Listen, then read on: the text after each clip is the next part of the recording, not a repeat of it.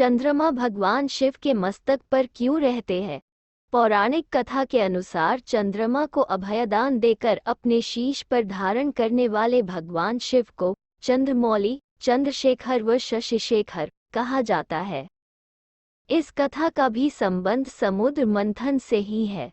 सुर और असुर दोनों ने ही समुद्र मंथन में बराबर का श्रम किए थे, परंतु श्रीहरि देवताओं की तरफ थे, इसलिए अमृत देवताओं को ही प्राप्त हुआ था।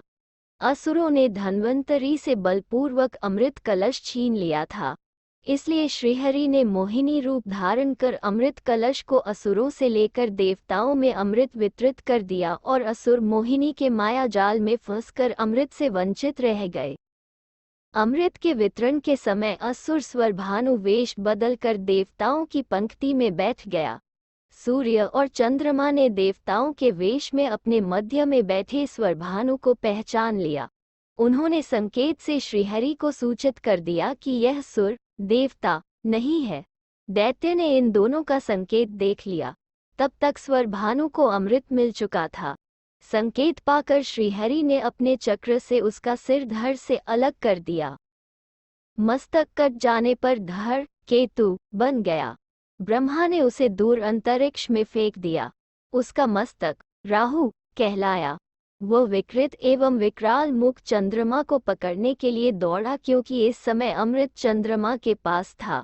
राहु जब चंद्रमा की ओर दौड़ा तो देवता चंद्रमा को आगे करके अमरावती पहुंचने के लिए पूरे वेग से दौड़े, किंतु जब वे अमरावती पहुंचे तो राहु उनसे पहले पहुंचकर उनका रास्ता रोके खड़ा था।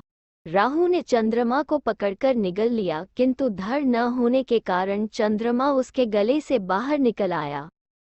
राहु को अपनी भूल का पता लगा कि उसे निगलने की बजाय चंद्रमा को चबा जाना चाहिए था। चंद्रमा को उसने चबाने के लिए फिर पकड़ने की कोशिश की।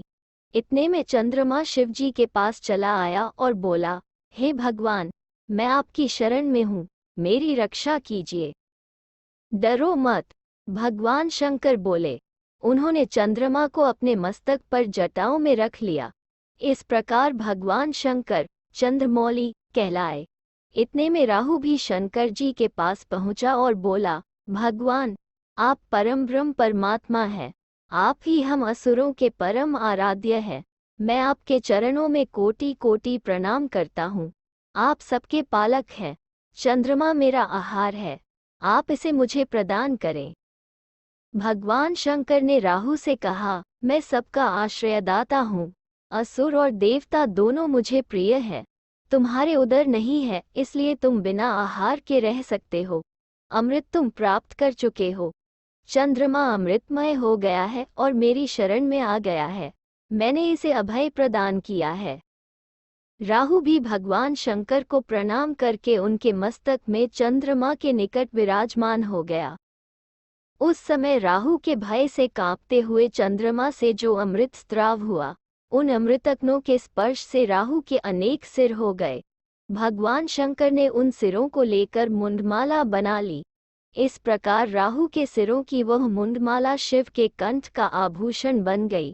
महादेव जी असुरों और देवताओं दोनों के आराध्य है, इसलिए जो भी मनुष्य भगवान शिव की आराधना करता है और पंचामृत से शिवलिंग को अभिषेक करता है तो उस पर नवग्रहों की सौम्य दृष्टि रहती है। महादेव की कृपा उस व्यक्ति पर सदैव बनी रहती है। बोलिए हर हर महादेव।